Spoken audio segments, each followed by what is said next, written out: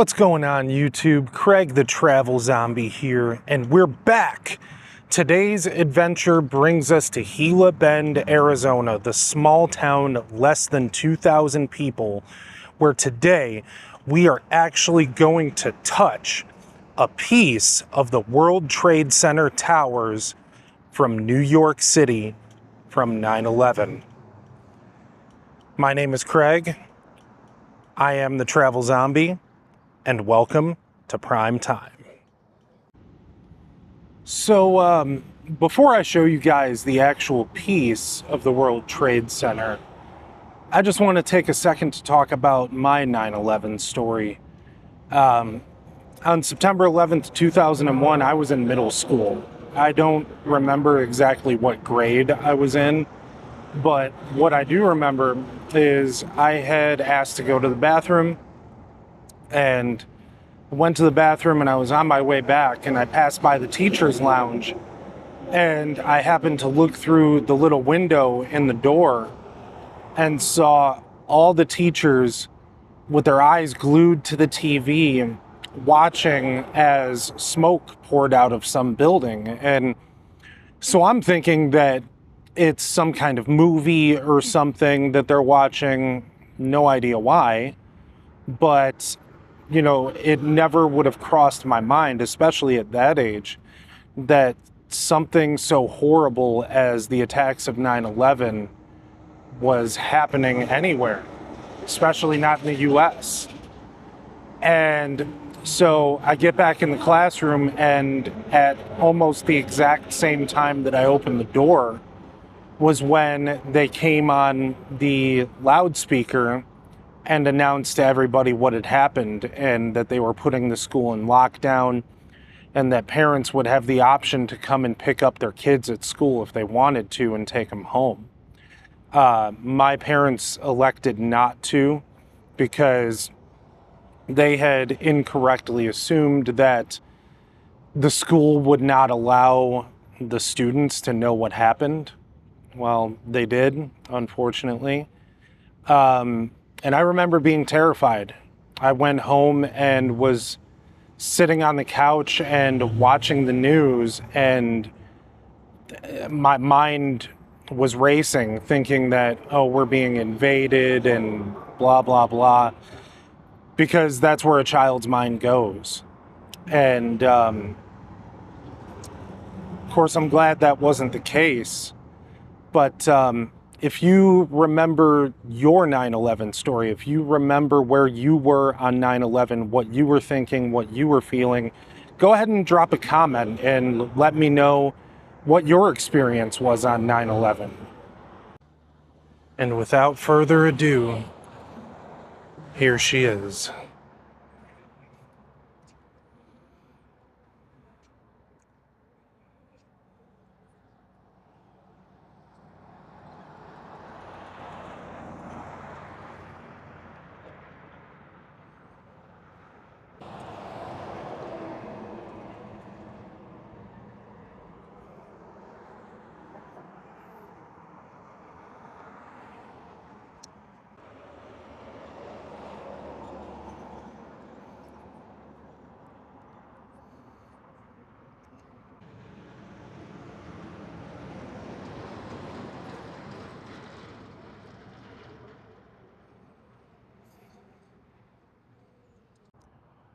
This plaque here details how the town of Gila Bend got this piece of the North Tower of the World Trade Center.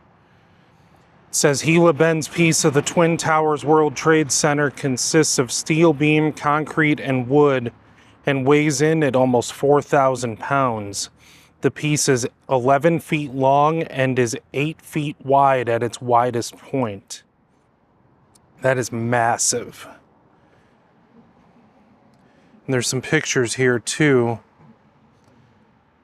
Here's the important one of the important ones. Lynn Jones, Gila Bend resident who transported the artifact from New York City, assists with unloading.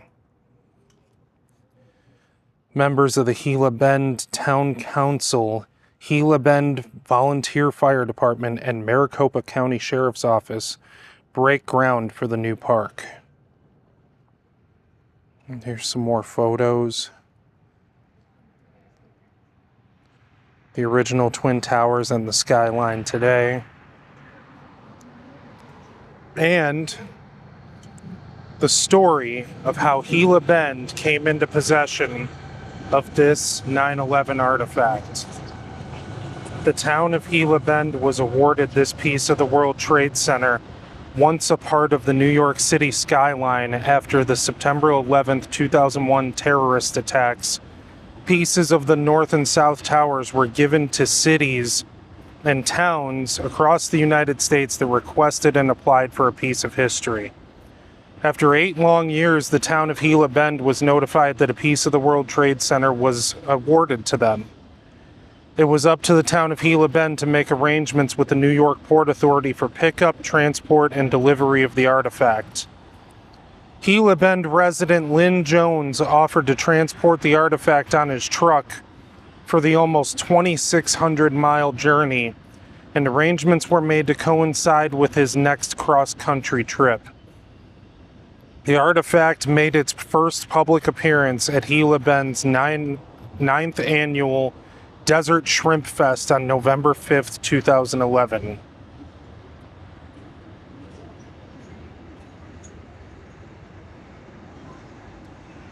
And if you want to stop and look at any of these, you can. Just go ahead and hit that pause button.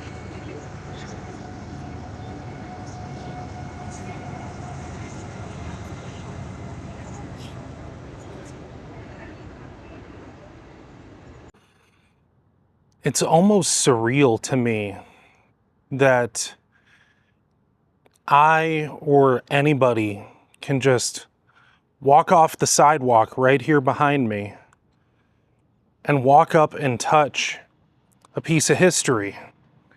Because you go to a museum and see a piece of the World Trade Center, they're not going to let you touch it.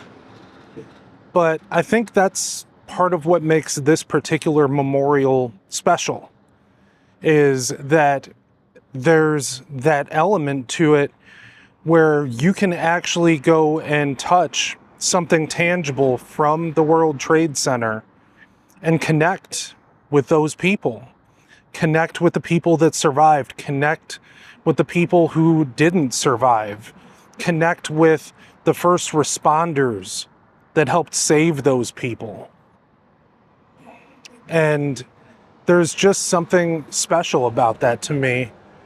And I'm so honored that I get to share that with you all right now.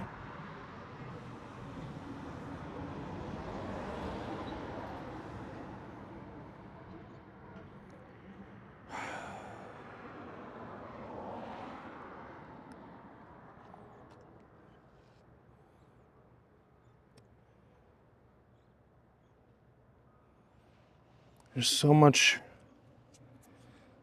emotion. And I'll tell you what, one of the things that I really, truly love about the fact that there are so many 9/11 memorials all over the country and the world at large is that there are still, I think it was around 1,100 people whose remains have yet to be identified by the chief medical examiner of New York City. And so a lot of these families have never had remains of their loved ones to bury. And so these memorials all over the US kind of become a grave of sorts. It becomes a place for those people who don't have somewhere to mourn their loved ones to go and think about them and remember them without having to travel all the way to New York City to do it. One of the things I've wanted to make it a point to do in this series that I'm doing on Arizona 9/11 memorials is to highlight people who were affected directly by 9/11 that have a connection to the state of Arizona. And one of the most poignant ones that I found was the story of a Tempe resident by the name of Gary Eugene Bird. He was a senior vice president for Marsh & McLennan and had just started a new job and was in New York City for a 2-day orientation. He was on the 99th floor of the North Tower, the very same North Tower that piece that we just touched came from. The meeting started at 8:15 a.m. Gary, he was what he called a corporate cowboy. He may have worked in business, and I'm going to be honest with you, I don't really know what Marsh & McLennan does, but he was an avid horseman who loved the open spaces of Arizona, and he felt claustrophobic in New York City and spaces like it. And he famously said that he couldn't see the horizon in places like New York. And that day he was supposed to fly home for dinner, a promise to his family that he would never be able to keep. The ultimate irony of his fate is a deeply tragic one. A man who felt hemmed in by the city and was trapped in a high-rise far above the horizon he so cherished. His life ended in the very place he felt most confined.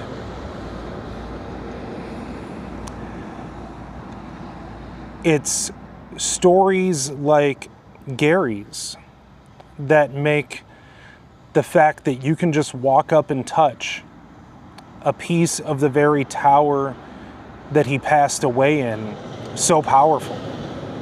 I can't tell you what it feels like to be able to walk up and touch that and connect with all of these people's stories in a tangible way. And I hope that any of you that are potentially interested in doing just that one day get the opportunity to do so. And with that, our time together today at Gila Bend Memorial Park has sadly come to an end. I know, sad zombie noises as always, right?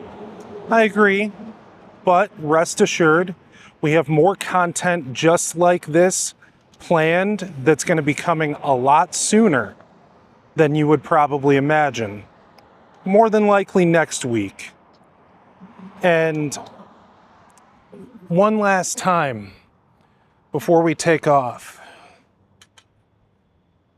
connecting with those people in New York City who saw the unimaginable, felt the unimaginable on that day. And with that, I must bid you all adieu and say goodbye and good night.